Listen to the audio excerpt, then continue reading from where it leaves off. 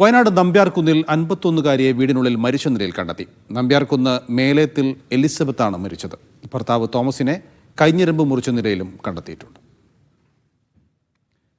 ഷിത ജഗത്താണ് വിവരങ്ങൾ നൽകാൻ. ഷിത, എന്താണ് അവിടെ നടന്നത്?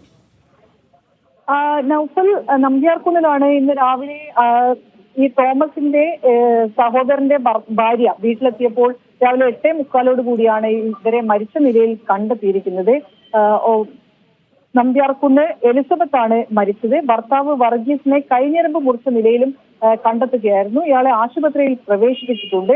മുൻപുഴ പോലീസ് സ്ഥലത്തെത്തിയിട്ടുണ്ട്. അവർ അന്വേഷണം തുടങ്ങിയിട്ടുമുണ്ട്. കുടുംബ വഴക്കുമായി ബന്ധപ്പെട്ട ഏതെങ്കിലും കാര്യങ്ങളാണോ ഇതിലേക്ക് എത്തിച്ചത് എന്നതുൾപ്പെടെയുള്ള കാര്യങ്ങൾ പോലീസ് അന്വേഷിക്കുകയാണ്. മരണത്തിൽ എന്തെങ്കിലും ദുരൂഹതയുണ്ടോ എന്നുള്ള കാര്യം കൂടി അന്വേഷിക്കുന്നുണ്ട്. ഇയാൾ ഇപ്പോഴും ആശുപത്രിയിൽ ചികിത്സയിലാണ്.